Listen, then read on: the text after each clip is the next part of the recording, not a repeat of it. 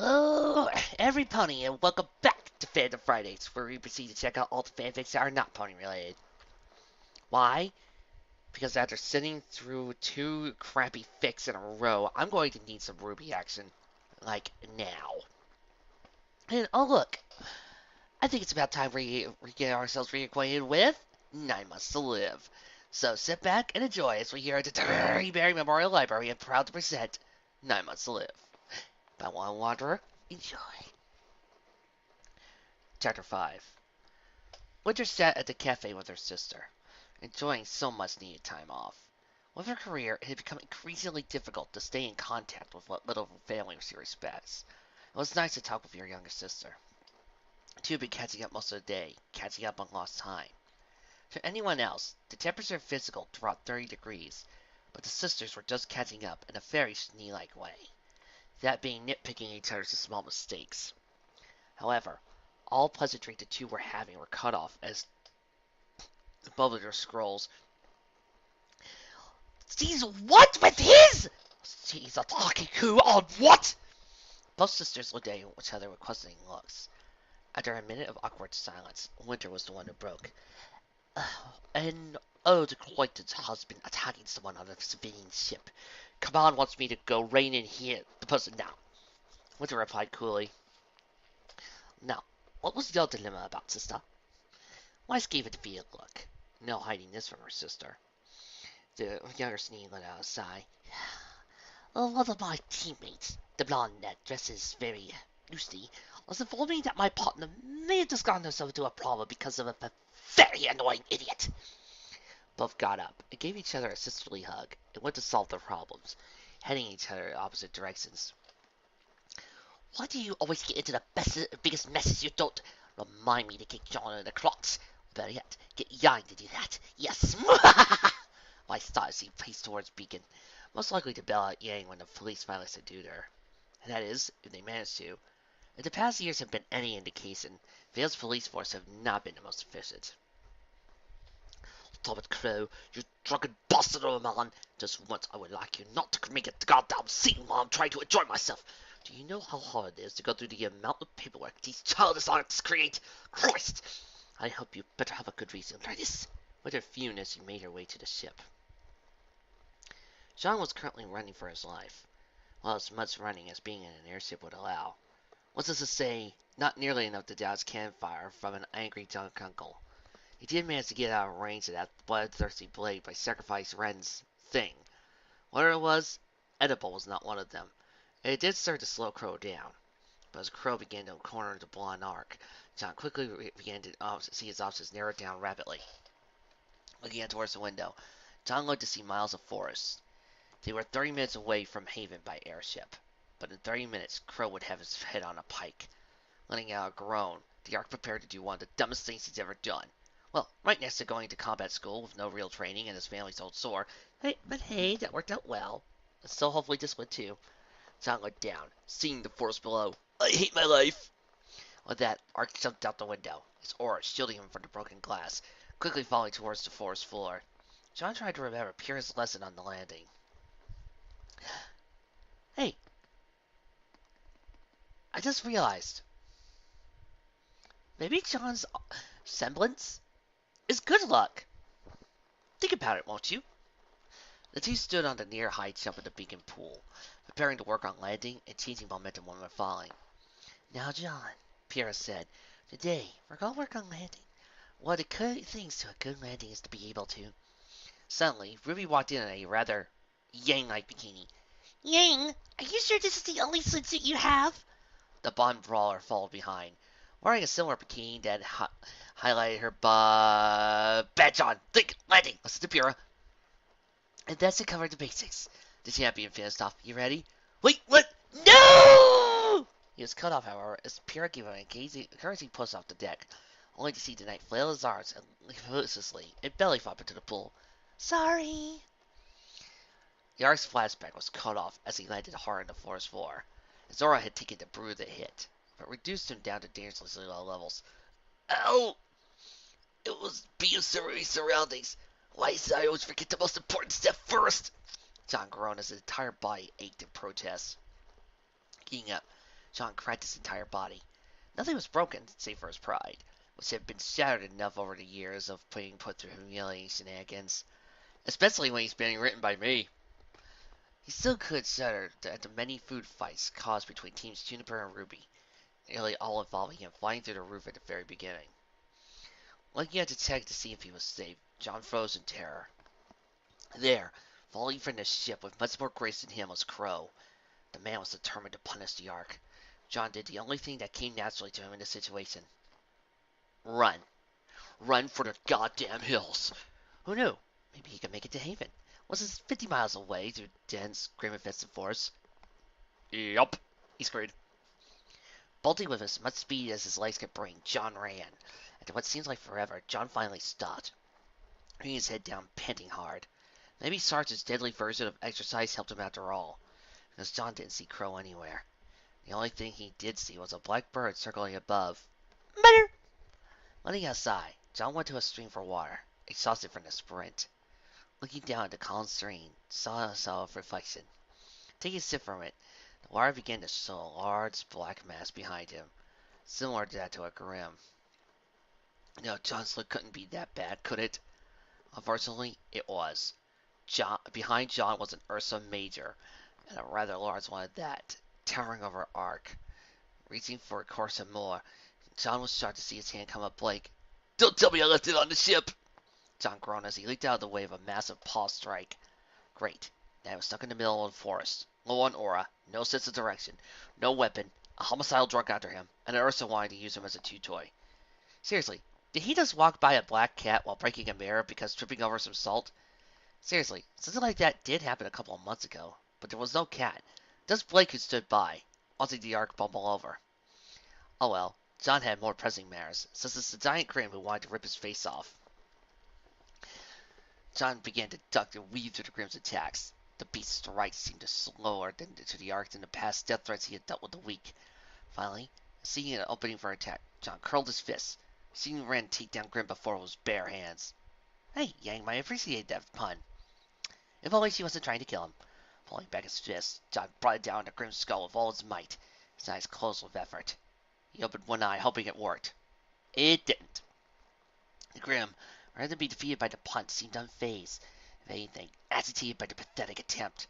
Raising his claws, the Ursa prepared to end the Ark. John could merely stand and frankly looked around, but his attempt left him close with the Grim. Help! Anyone! John called out.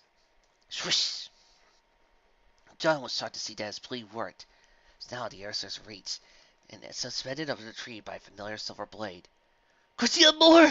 John said, grinning. Well, wait, I'll get you on the ship. Then fear began to return to the Ark as the realization hit him. There, standing in the clearing, was Crow. John was now stuck in the tree by his own sword. A flick of his wrist, the more experienced hunter reduced the dark bear to ashes in a single slash of his scythe. Dropping his scythe in stance, but not seizing his weapon, the drunk man faced John. All right, Johnny boy, Crow said, raising his blade towards the hunter in question. I want you to explain, word for word, what happened 2 months ago, in the next 30 seconds. If I deem it right, I'll let you go. If I don't, well, Tai and Yang are going to be really disappointed they didn't get a turn. He said, pointing his blade dangerously close to John's crown jewels. Wait, really? John said, his face full of hope. 25. Okay, jeez. Thankfully, John's story had passed Crow's check. Apparently, when he first found out, he was the only one who thought to contact Ruby first, rather than to go on a death hunt after him. After Crow got the story, then he went on a death hunt. Cutting the tree John was stuck in clean half, John found himself free in the most overkill way. Pulling the tree off of him, pulling out his family blade, John turned to Crow. Hey, why are you so mellow about this? John asked, curiosity getting the better of him. Crow looked at him. Well, to be honest, it might be because I'm drunk as hell right now. Or it could be that Yang and Ruby are here literally for the same reason. But hey, who knows? One last thing before I go. If that baby doesn't have a father when it's born, there'll be a fate worse than death for you if you choose not to. And with that, Crow jumped over the clearing, bolting off at speeds only a veteran hunter could have. disappearing in sight in seconds. Well, now that he's gone, I can finally make my way to heaven. Shit, I forgot to ask for directions! Crow stared off blindly as Winter began barring in statistics. A priceless fitness airship destroyed. Hundreds of angry civilian complaints. Several witnesses gave reports of unprovoked violence, and an intoxicated in the line of duty. Do you know what this means? Winter read it off at a dusty yellow Crow. Nope, Crow said simply. Winter stared at Crow as hard as she could, but eventually her glare broke, expressing softening. You can't keep doing stuff like this, Crow. This is a one-time thing, Ice Queen. Now how about we picked up where we left off last time? Crow said, a grin rising from his face. Right now, but... Shh, less talking, more naked. Ruby was beginning to get some peace. It had been a day since John had left, but Yang was nowhere to be found. This was both a good and bad thing. Good because the problem of her sister was out of sight, out of mind. Unfortunately, this also meant that she had begun her arc hunt. But we could only hope that her long-term distraction proved to be effective. Fred's hair dye was not cheap to replace. Laying out a yawn, the pregnant redhead stretched out on her bed. For the most part, it had been an easy day. The classes flying by, nap at ports, coffee-infused lesson on the history with Voblek. Thankfully, dodgeball was Sarge, red team again. Now, if only the lazy freshman on her side would quit taking naps and getting Sarge mad at them. Surprisingly, no sign of her teammates. Normally, Ruby would be against this. But now she was glad not to have her teammates. She could not handle the lecture Weiss was going to give her, or the dozen stares for Blake. She wanted to end her last year on Beacon on a good note. With graduation just 2 months away, and deadline approaching, she still had to decide her main plan. Before the events, it was to stay with her team to be heroes, maybe get a boyfriend, or get enough parts to give Crowson and Rose an AI program to help run some of the upgrades she'd been wanting to add. Alas, her future just got thrown a huge wrench thanks to that one night. So it was like these that made Ruby truly miss her mother. Wiping a single tear from her eye, Ruby made note to visit her mother soon. It had been so long since the last time she went. Oh, great. I'm all emotional, Ruby said with a little laugh. Ruby began to ponder what life would be like with her baby. Would John be a good parent? Would she be a good parent? Would she be able to continue her dreams? Or would John be held back by her? She had to admit, the image of her and John standing beside a girl with blonde hair and silver eyes was a comforting thought. Ruby! What did you do? Oh, hi, Weiss. Weiss held up for a message from Yang. Explain! No. I'll make Flight Girls Gym. Okay, everybody.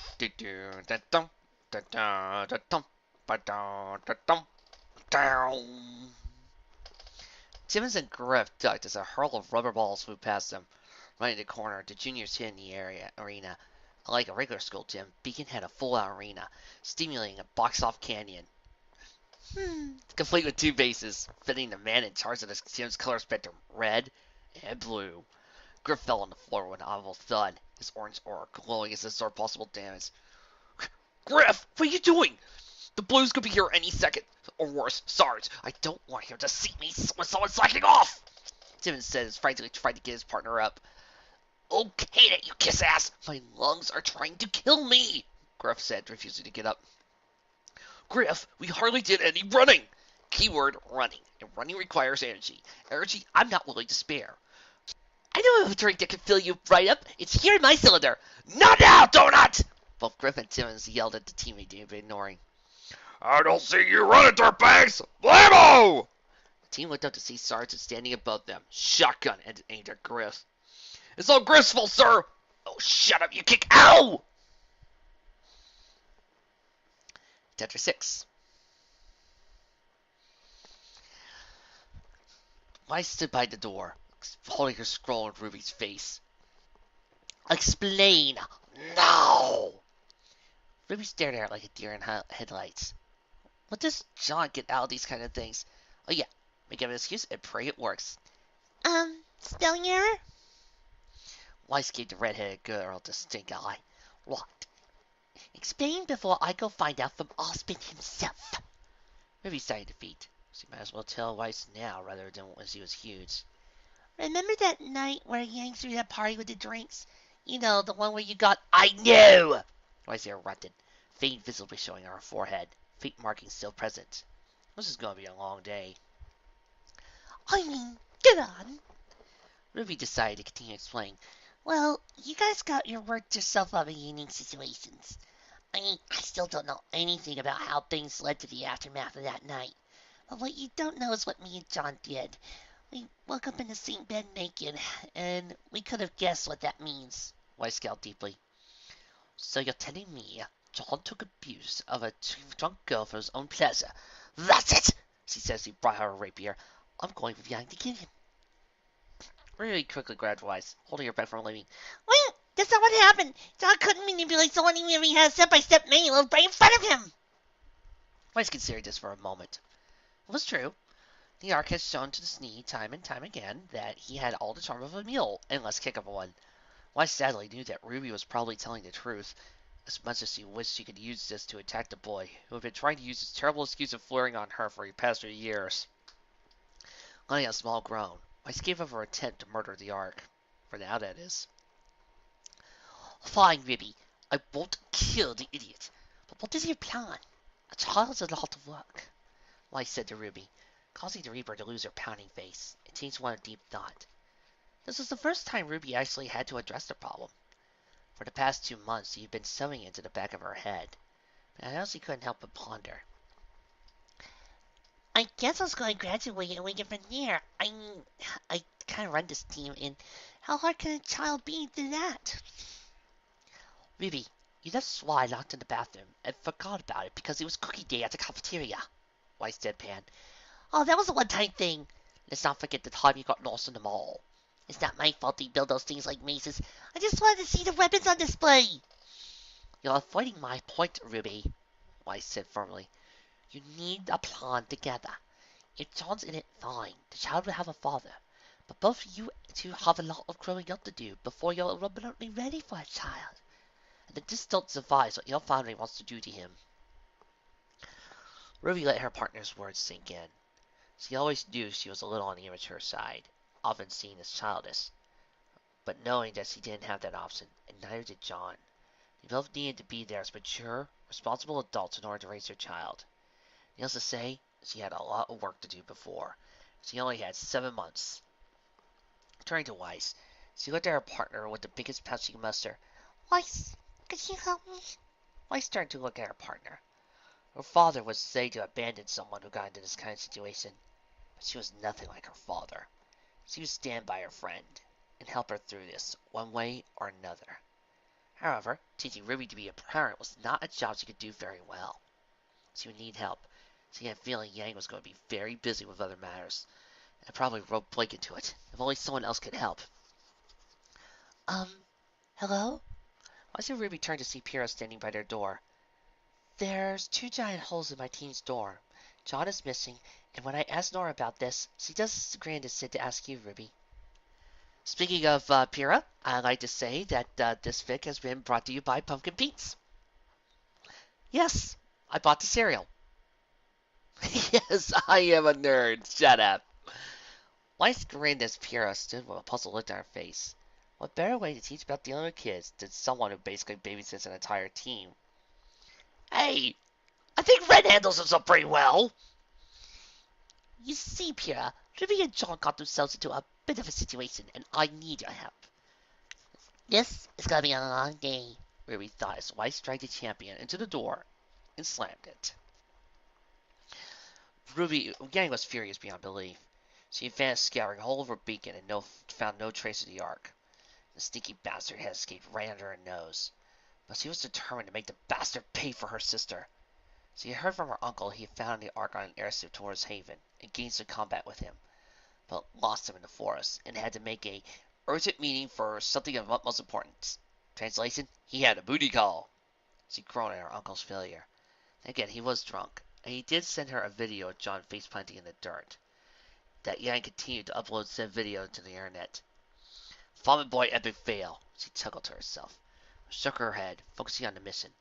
She had a certain black cat to return to her hunt. Taiyang was done. Not only did he have to deal with the bullshit his eldest and students gave him, but now Ruby was pregnant. He was going to kill the boy who deflowered his precious rose. That was, after he murdered the idiot student who was currently attempting to explain the giant hole in his classroom wall. Well, you see, Church, Taiyang! Church, there was this bug in the wall, and then some stuff happened, then some other stuff, then some stuff with guns, then some more stuff with fire, and now we have a new window to look out of. Isn't that great, Church? Church! Taiyang's faces with confused finally ran out. Husband could deal with this, because he had just showed this lovely little problem with his baby girl. He deserved all Taiyang's patience and headaches that came with this special kid. Yes, Michael, Tai granted out. In fact, it's so nice that for your service, you're going to be moved out to Beacon, where I'll never have to see you again. Yay! Right, I get to make our new best friends. Bye, classroom. Bye, Church! Confused said as he walked out the classroom, heading God knows where. My name is Tai! You know what? Not my problem anymore. Tai said, his face cracked into a smile. I'm free! Class dismissed! Is it wrong that Hasley does someone's like church? The students took no time to question their teacher's mental breakdown. He was so glad that his caboose was gone. Poor Jonas, or was it Jones, was still in the infirmary from last week's events. Yes, somehow he got beaten with his own skull. Was it physically possible? With his class gone, Tai began to pack his travel bag, grabbing all sorts of goods. The sooner he left, the sooner he could join Yang to hunt down the bastard who dared touch his baby girl. John groaned. He had been going what seemed like circles for hours now. Had it been anywhere else, John could have used a scroll to pull up a map, but it happened that the forests surrounding Haven were famous for bad reception. Just his goddamn luck. He hoped he could find his way out of the forest, hopefully near Beacon. Seeing the sun set, John had to force himself to accept that he was done hiking for the night. The last thing Ark wanted to do was find himself getting more lost than he was in the now dark forest. Building himself a small fire, John munched a granola bar and began to think his future. He and Ruby had been good friends straight from the start of Beacon, being the first one to befriend at school.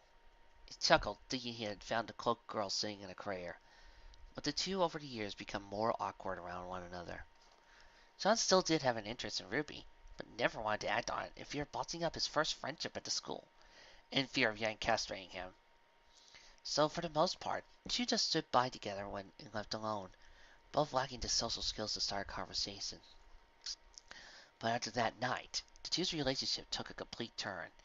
John honestly found himself confused of how he felt about Ruby. He cared for her deeply, but it was different than the love he had for his team.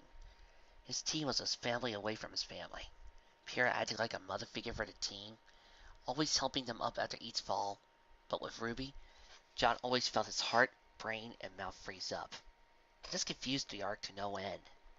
Now throw in a baby, and it made Ark's life a whole lot harder. What would his future be?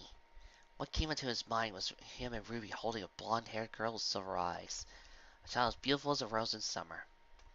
However, John's thought began to fog, the lull of sleep pulling him in.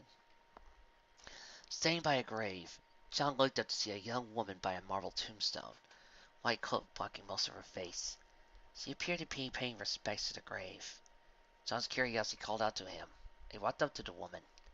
The lady turned to face him, revealing silver eyes with a motherly look and a sad smile. "Hello, John."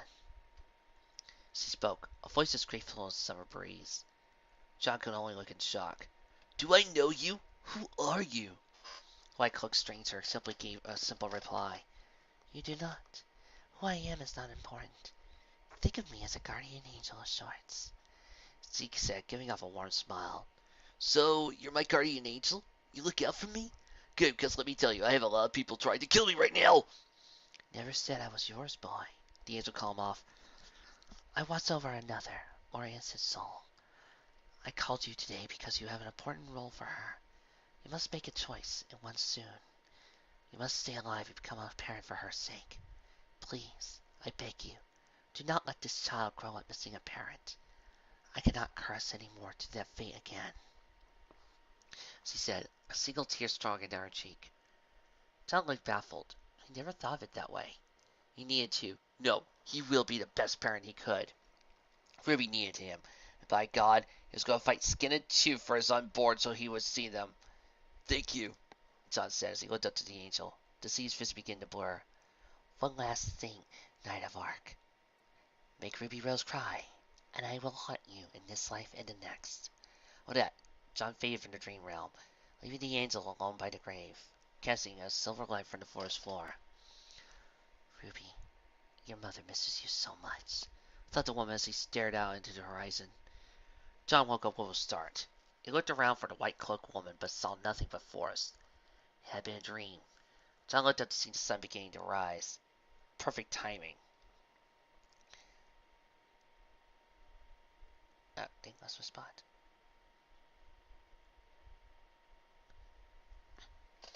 Packing up what little supplies he had, John began again on his search for Haven. Hours flew by, and John was still lost. His feet had begun to feel like it was personally trying to kill him, and he was exhausted from spending the day out in the sun. Climbing up over a clearing, John lost footing on something and landed straight on his ass. Rubbing his sore butt cheek, John looked up to see he slipped on a banana peel. Goddamn bananas, laying out in the middle of the forest. Wait, bananas laying out in the forest? Could be. Son! Surely enough, from a tree nearby, came down the monkey Faunus, hanging out from a branch with his blonde tail. Dude, John! I've been looking all over for you. John grinned as he went over to the Ark. You don't know how glad I am to see you, John said as his son helped him up. How did you know to find me here? Oh, funny you say that, John, son said, a large smile on his face as he pulled out a scroll, showing it to John. The Ark was shocked to see a video of him face-planting to the forest floor. You're famous, Johnny boy. God damn it, Yang! John cursed. Guess his head, knowing it was the blonde brawler who uploaded his to the internet. Who else uses the username Bumblebee69? Oh well, at least it got Sun to find him. Oh well, at least you're not far from Haven. My feet feel like they're killing me. Sun cringed. Actually, John, it's not that far from me. Lucky forests who can easily travel through thick forests. For you, we still got a day's journey. I hate everything. John stayed as he began walking towards Haven. Oh, that's the spirit, Sun says. The two began their journey back.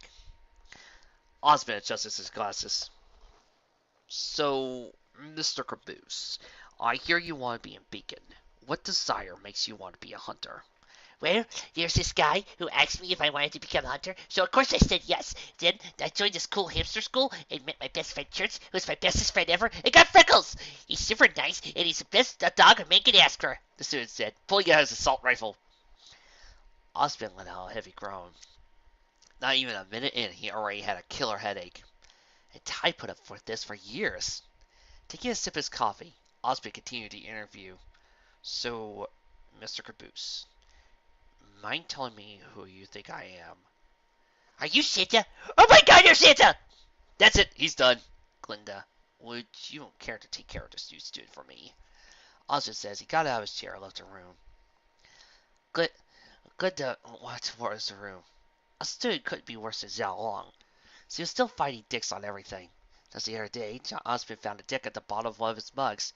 So he opened the door to see the chair on fire, a table in ruins. The student in question holding his weapon that was smoking. Not my fault. We all agreed it was not my fault. At that point, Glinda began foaming at the mouth. Huh. Strange. I wonder why I couldn't use any dialogue for Glinda. Oh, very funny. Ha ha. Look, we all have to agree that we leave what her actress is going through with Rooster Teeth off the show. Gods. Oh look, there's a poll. Triplets. Everybody's voting for triplets. Well, at least it's different than twins.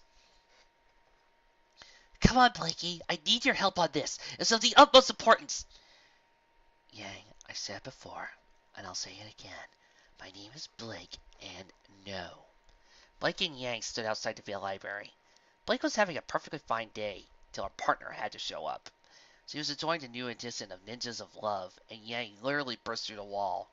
Not only that, she lost her library card because of Yang's low entrance, then went on to tell Blake John had manipulated Ruby and got her pregnant. Blake knew well enough to know that Yang probably was exaggerating, and too mad to find the truth. Blake knew Ruby was pregnant. She could smell the shifted scents thanks to her fondest heritage, but gave her later her privacy. After all, her team, well most of them, proved respectful of Blake's secrets. Ruby would tell her on her own terms. Blake also knew that when Yang found out, so he probably jumped to conclusions and began hunting down the poor boy. However, judging by the red dilatation of Yang's eyes, Blake guesses he didn't have much of a choice in joining on Yang's arc hunt. Yang's eyes, you're either with her or against her, and Yang could hold a grudge. Fine, I'll help you, Blake said, regretting her choice already. But I'm going to need to stop at the dorm and pick up my stuff if we're going to hunt down. Yang held out a blank duffel. Alright, got your stuff, Blakey. No time to waste. Wait, let me check. There's still some things I might need, Blake said, opening the bag. She was shocked to find everything in it. Spare clothes, toiletries, hell, even her mature books that she had to keep literally locked away so Ruby wouldn't read them. How did you get my books? Blake asked. Oh, I used my key, Yang said, like it was the most obvious thing in the world. I never gave you a key. I had one made. Simple as that, Blakey. After being her partner to Yang for about 4 years, one would think that Blake would get used to her quirks. But Yang still had to find a way to throw a curveball at the Faunus. Well, so much for checking out Ruby to make sure she was okay. Let's just get going, Blake said, walking toward the airship station. That's the spirit, Blakey! Blake! So let me get this straight. You and John slept together at Yang's party, and now you're pregnant. Your family's now trying to kill him, and you want me to teach you how to be a parent? Pyrrha listed off. That about sums it up, Ruby said, looking at the ground. Pyrrha had to digest that for a moment.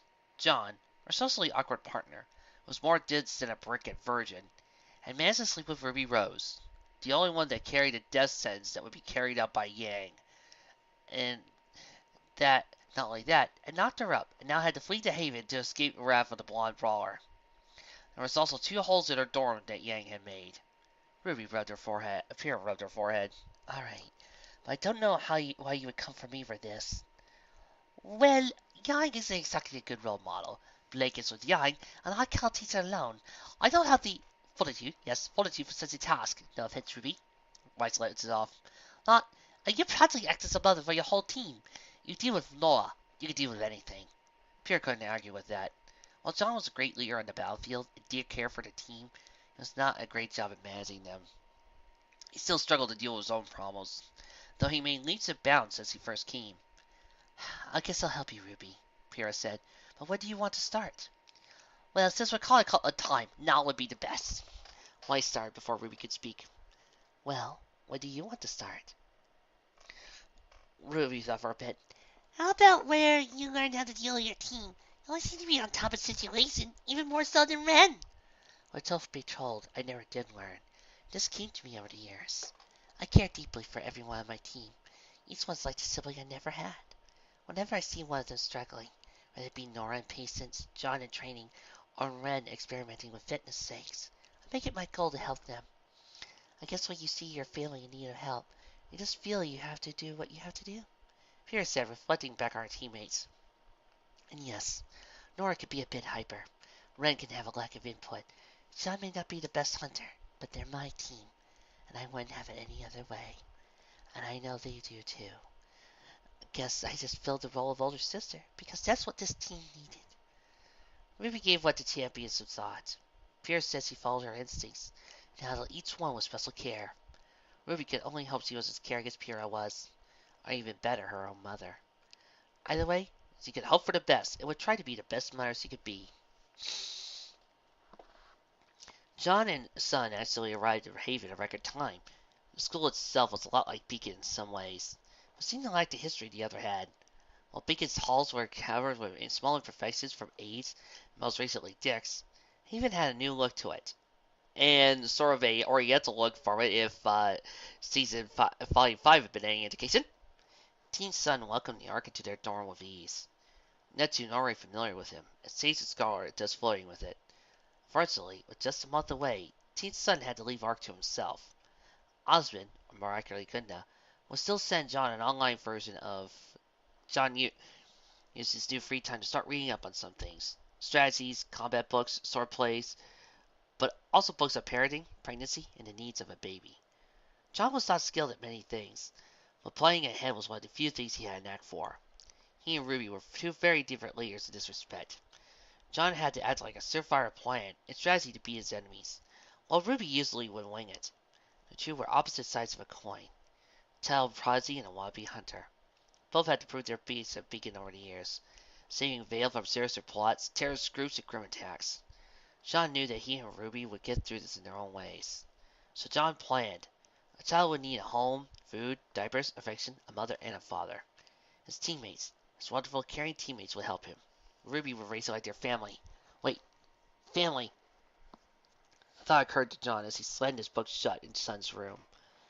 He still had to tell his parents and siblings about this. And dear God, he was not looking forward to his mother's reaction. Her last words were, before he left for Beacon, was, "And, sweet, if you ever knock up again, I'll cut it off." Family. That meant that each of his sisters, all having knowledge of his weak points, would kill him after his mother. His dad, on the other hand, would congratulate him and ask when was the wedding. Good old Papa Ark. Either way, he needed to tell his family soon, and it was best that he found out on his terms, and not Osmond, or God forbid Yang sending them a message. John decided that when school was out and Yang was distracted, he would take Ruby to his family and explain the situation. Maybe his father could help them out after beating John to near death with a frying pan. For now, he had to learn what was best for the child when they cried in the middle of the night. John had a feeling that he and Osmond were going to be very good friends of caffeine, but for right now, John was good. Sud walked into the room a little later, a bored, blank expression on his face. "I hate classes. They're like so boring. Can't we just do something fun, like spar?" complained the monkey faunus as he threw his books on the bed. "Well, we do need to study for other things in life," John said, looking up from his book. "I'm pretty sure a hunter has no use for knowing the opinions of a dog compared to the wolf. I need a stretch. Come on, John." John looked up. "Wait, what?" Son looked up and saw John with his trademark grin. "We're sparring." A few minutes later, the two stood on the opposite sides of the arena. Scarlet, Sage, and Neptune were watching for the breachers. With a buzz from the screen, Sun bolted towards the arc. John gave a quick swipe, only to have John jump up and flip out of his reach. Unfortunately, John still had the raised weapon. Note to self, make some sort of firearm. John thought to himself as he tried to raise to block the kick from the anti-Alphonsus. Sun lost out Sean's shield instead of following his shots racing towards him. Rolling out of the way, Sean began to analyze Sun's attacks and look for an opening. This is what Piero found worked best for John during their training. Stay on the defense until you look at the enemy's pattern and find a way to counter it. With John's large aura reserves, it allowed him the breathing room to spot his opponent's weak point. So that John had finally begun to do good at spars, to the point he could beat most students now. Son was a funky funness, so he was already very agile. The gun none to his head and could run the enemy if he got close, and so it was also his semblance to take into account, like clones. John could deal with one son without much struggle, but more than that he would be screwed. Grabbing a fierce grip on sword and shield, John began to block blow after blow for Sun. But he was beginning to mess up, or began to decrease. He needed to fight Sun's weakness, and fast! Scarlet looked at the confusion for the fight. Sun was being Sun, but the new roommate seemed to be stalling, hiding behind the shield. "So, Neptune, you know this guy, right? So why isn't this bloke doing anything against Sun?" Neptune was steady looking at the fight, but did have a response. He's trying to find a weak point. John may not be good at many things, like having good looks like me, but does pull through for the end. We'll have a good fight before this is over. This is just warm-ups. Sun began to become more fast on his attacks, nunchucks spiraling like two helicopter pilots named Faunus. John panted, shield arm echoing in front of the amount of stress it was handling. Sun's tear flickered around him. An extra limb could be used against the night. As the nunchucks whirled past him, John couldn't help but the amount of skill needed to use those things. Every time he used the nunchucks as a kid, he would just end up getting, tangled up and hitting his face. Wait, that was it! John sprinted towards Sun, cursor more at the ready. Sun ready his nunchucks for the attack. I was surprised to see the Ark family sword stuck between his sayings. "Surprise, monkey boy!" John said as he twisted the blade, causing the nunchucks to fall out of hands. Sun quickly gave an upper kick, causing John to stumble back, holding his jaw. Getting out of his daze, John looked for his opponent.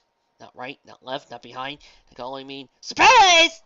Sun hollered as he linked up from the ceiling. A kick aimed at John's face. Upon a guard as John caught the boot with a gloved hand, he used the momentum to send Sun flying across the arena. "You give up yet?" John called out, touring Corsair Mayor for around for show. "Nope, I'm leaving you behind." "Wait, what?" John was cut off by a solid punch from the back. Turning around, he saw Liberal calls his son, all ready to hurt him. Aw, son of a... Good game, John, son said as the knight in question was rubbing an ice pack against the back of his neck, where a light bruise was forming. Yeah, you too, son, John said. Cut me off guard with the semblance. Yeah, Monkey Fox replied, scratching the back of his head. About that, why'd you use yours? Having a sword would have been helpful. John swallowed his pride. He hated telling people this, but might as well. Couldn't maybe haven't unlocked my semblance yet. Where have you lived these past 4 years? That's what I want to know. Son looked at John with shock. Everyone has their semblance unlocked at this point. What, is you going to tell me you didn't have an aura till you got to Beacon? How are you alive? Well, I did have a great teacher. So luck is a really good friend watching my back. Son got up and gained a rather determined look. I was about to do something that gave Son a bad feeling. Not that Yang was going to murder me feeling, but this is not going to end well for me for it. Son, what's with that look? I don't like that look. What look? That look! The way you get when you see someone about to slip out a banana peel. That's because, Johnny boy, I'm going to train you to unlock your semblance. Really like, but... Alright, John, Son said as he pulled out some drinks and sat at the table next to the team. We'll play a little card we call a million Lin, but you have to come up with a catch of a million Lin. See who can take it without thinking through scenarios of life. Since you do, I'll start. A million Lin, but you get your glowing dick as bright as a 540 light bulb. The team thought for a moment. John decided to no, because he would end up missing every time he couldn't aim. And of course, Son said yes, because he could call his dick the sun. Everyone else said no. However, before they continued, Son felt change in his pockets. Pulling a wall.